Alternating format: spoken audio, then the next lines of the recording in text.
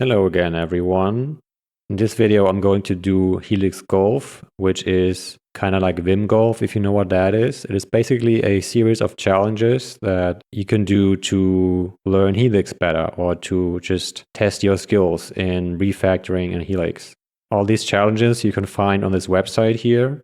And by the way, I will put this website into the description of the video.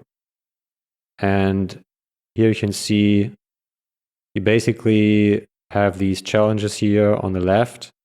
And you always have a before state and an after state. And you want to get from before to after in as few keystrokes as possible. And then you can see here how it's done. And these are the commands that you want to do. And I'm not going to look at these commands. I'm not here to show you the optimal solution or the official solution or anything like that. I'm just going to do these challenges and basically come up with my own solution on the spot. And if you want to see the official one, then you can check out this website here. All right, let's get started. So I've already copied all these challenges, all these files here into this directory here. So I'm just going to go into the first one. Oh, and by the way, down here at the bottom of the screen, you can see what I'm typing. So here I have these files, and I'm just going to open both of these. And let me just split the view here. And I want to have after on the right and before on the left. So yeah, that should be correct. So this is the first one. This is called snake case to camel case. And that's what we want to do. We basically want to change this from this snake case here to this camel case where the second word is capitalized. And there's, of course, a bunch of ways to do this. I'm just going to show you, what I can come up with right now. So what I would do is to just, I want to start at this first line here. And then I would do 12x to select all of these lines. And then what you can do is you could go into select mode here and just select the underscore. But then, of course, you would also get the underscore and the email address. You don't want that, right? So what I am going to do is use Alt-S to split my selection on a new line here. So now I have all these new cursors here. And now I can go to the beginning here and then jump to this underscore with F underscore, then collapse my selection. And now I can just delete this. And now I can press tilde to toggle here the capitalization from lowercase to uppercase. Yeah, now I can just get rid of these extra cursors here. And yeah, that's it, I think. I think I've got everything. I still have the underscore there and the email address. So I think we're good. I think we're done with this one. So let's go to the next one. Whoops. So let's go into this one. This one is called text into array. So let's just see on the website here. So here we have this text here, one word on each line. And we want to turn this into an array like this. So I'm just going to open both of these files here again and show you the split screen here. Now we want that on the right, and we want to have the before.js on the left. So in order to do this, I'm just going to do 4x again. And then I'm going to split among for each new line again with Alt-S.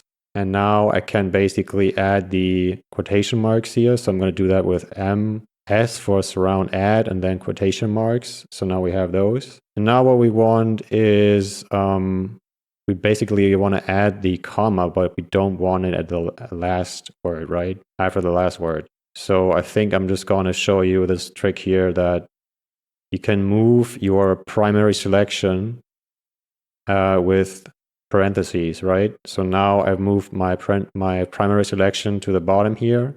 And now to get rid of this, let me make sure I remember it, because sometimes I mess this up. It's, I think, Alt comma. Yeah, there we go. And now I can just add the comma here at the end. And I think that's it. Yeah, we have 3 commas. We don't have a comma at the last word here. So let me go back into normal mode. And yeah, what are we missing now? We just need basically the Oh yeah, now we can put all of this on one line, and we do that with Shift J. So now we have it all on one line. And now what we can basically do is just get rid of this, select the whole line, maybe press underscore here to collapse, to get rid of the white space that was selected. And then we can just add another surround here. And this time we will do square brackets. So there. So again, I'm not sure if this was the most efficient way to do this, but this is what I came up with right now, and I think it's good enough. All right, so that was this challenge. So let's go on to the next one. So let me just quit all this, go back, and now we do invert dictionary. So yeah, let me just open this again, do the same thing again. And here we have to invert this dictionary from color to points to color. Yeah, so we have to move this around basically. So let me just do the first thing. This is easy, of course. We just want to change this from color to points to color. And now we basically need to just move this stuff around. Okay, so what's the easiest way to do this? So I think we can just go to this line below here, this second line. And now let me just jump to the beginning here and then maybe just do 6 Shift C. So that will give me all of these cursors here. And now I can do T space to select this. Now if I delete this, jump to the end here and paste this. Whoops. And paste this. Now we have that here. So now so now I'm just going to jump here to the other side, and now we can basically just select the next thing here and delete that. And now we can go here and paste this. Whoops. This way. And I think that's it. Yeah, I think we got it. All right. Let's go on to the next challenge then. So this one is the 4th challenge, reverse golf. Whoops. So here we have before and after again, this time a markdown file. And what we want to do, that's basically just the document from the website that is now part of the challenge, I guess. And we want to go from snake case to camel case, I suppose. And also vice versa. So yeah, we have to do both. All right, to get started here, I'm just going to jump to line 7, and I'm going to do that with 7GJ. Oh, and by the way, I used GJ or 7GJ instead of 7J, because GJ always gets you to the right line, even when lines are wrapped. And when lines are wrapped, that can be sometimes confusing with a line jumping. So that's why I do that. Of course, you can also just use GW. So if I do that, I could just press GW and then AL, and then I'm here as well. It doesn't really matter.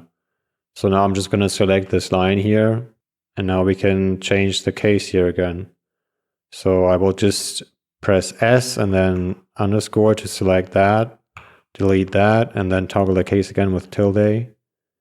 And now we have the first line ready, and now we can just do 6GJ, select the whole line again, and change. Okay, this one's a little bit more difficult here. I can't just do that. So, I suppose what you can do is use a regex. So you could do something like this. Whoops. Oh, and now I have this in here, so I don't want that. So now I have to correct myself again here, like last time. And now we have the right 2 instances of a capital letter here. And now we can just toggle the case here again and insert the underscore. So I think, yeah, that's it. I think we got everything here. I guess maybe this wasn't the most elegant solution, but yeah, maybe it was too complicated. I don't know, but doesn't matter. I got it done. So let's go on to the next one. Okay, now I'm having a little bit of trouble here seeing the text, but we need the fifth one. So that's object into array. So let's go into here and get both of these again. Yeah, so now we have to turn this object into an array. So I'm just going to go in here and then do M and then surround replace with R. Then select the curly braces and then replace them with square brackets. So now we have that. And what's the next thing? We can actually just go to this next word here, then maybe add some cursors here again, then maybe add quotation marks to this with MS and then quotation mark, then get to the next thing here, collapse the selection, replace that with a comma, and now we have that part. So now we basically only need the square brackets on each line. So what we can do here, I suppose, is maybe just jump to the beginning here and then jump to the end with select mode, get rid of the last comma here in my selection, and then maybe just surround this with square brackets. And now we have what we need, I think. So yeah, we got this done again. So let's go on to the next one. So this is number 6 here, export from Rust module. And now, yeah, now we have to deal with these Rust modules here. So I think this one should be a little easier. Let's see. We basically need to do 3x and then yank this and paste it. And then we can add a white space here with square brackets and space. And then we can just, yeah, maybe just go to the beginning here, get rid of this, add pub use, and then we have that. And now we just need to get rid of this, or whoops, maybe change this a little bit here and then get rid of the white space again with underscore. And now we can yank this. And at the end, we want to add 2 colons here. And then I think we can just paste this. And yeah, I think it's correct. Generate demos. All right. So we got this as well. So yeah, let's go on to the next one. So this is number 7 here. Enumerate and align. All right. Let's see what this one is.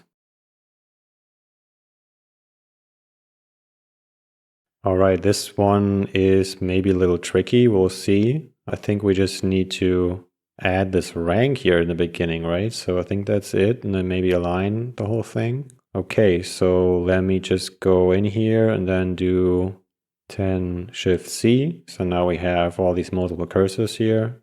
Now we can go in here and just type rank, colon, and then, I don't know, let's just have 2 spaces in here, I'm not sure. And so the trick here is to insert, to go into insert mode and to press Control R. And then you can, if you don't know, if you press Control R in insert mode, you can insert the contents of a register. And this time we want to insert hashtag here or # or whatever you call it. And that inserts the selection indices. So because each selection has an indice or an index or whatever, that is basically these numbers here. And now because we have the right amount of numbers, we can just insert that here. And now we have all these rank numbers here. So that's very elegant. And of course, you know, maybe that's not something that is so easy to figure out, but yeah, that's how that works basically.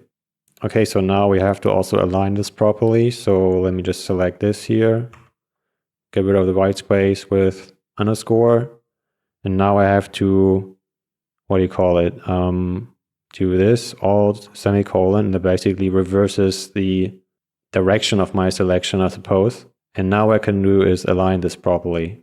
Because remember, if I now press ampersand, ampersand always aligns wherever your cursor is. So because I have this, my cursor now on each line on the comma, that's where my selection will be aligned. So yeah, I think, whoops. I think we have it all now, more or less. I think we have a white space too much here, but I think I'm good with that. So yeah, let's move on to the next one.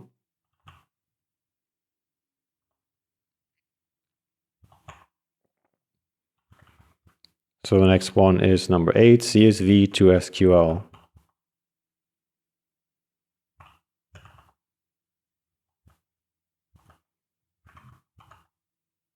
Now we want this CSV to be changed into SQL. Okay, to get started here, I'm just gonna select everything again with %, and now I'm gonna split my selection on each new line again. And now let's split the selection according to what I'm selecting here. So if I press Shift S, I can split my selection at the comma here. So I'm gonna do that. And now what I can do is press MS for surround and then do the single quotes. So now we have that. And now what we can do is just jump to the end here and then add the parentheses and the semicolon. Jump to the beginning, add that, and now we have to get rid of the extra parentheses here, unfortunately. Okay, now we just need to jump to the beginning here again and add the last thing here. So insert into data base dot table. And now we have to add this whole thing here. So ID. No, wait, there's a space there, and then item.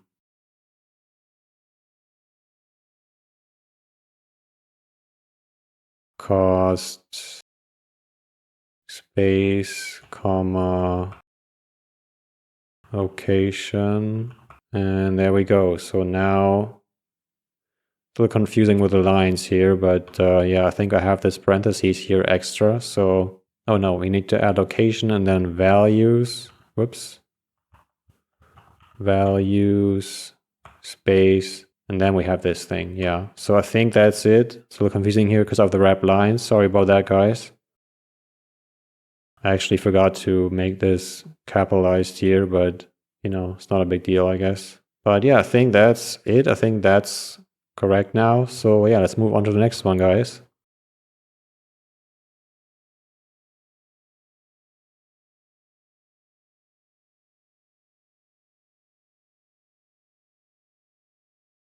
Function into class.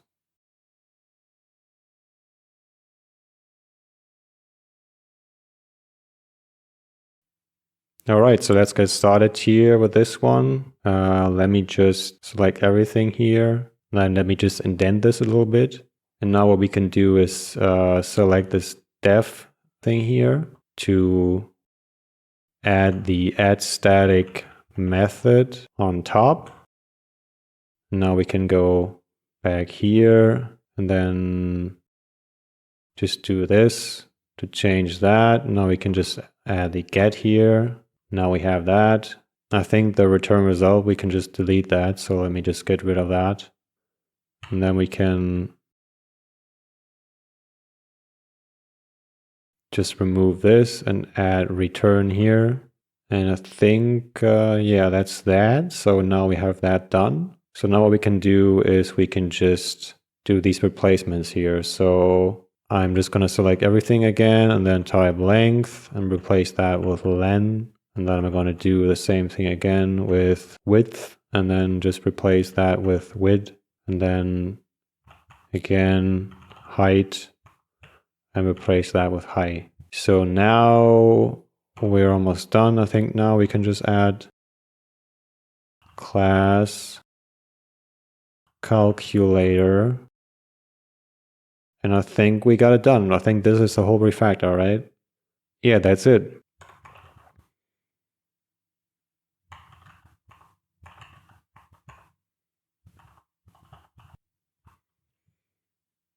All right, guys. So I think that's it. I think this is all of them. You know, of course, again, these are probably not the best solutions. This is just what I came up with. You know, you can probably do better. And if you want to see the official solution, then you can just check out this part here of the website, you know. All right, guys, check out this website. It's pretty cool. Thanks to the guy who made it. And yeah, see you in the next video. Bye.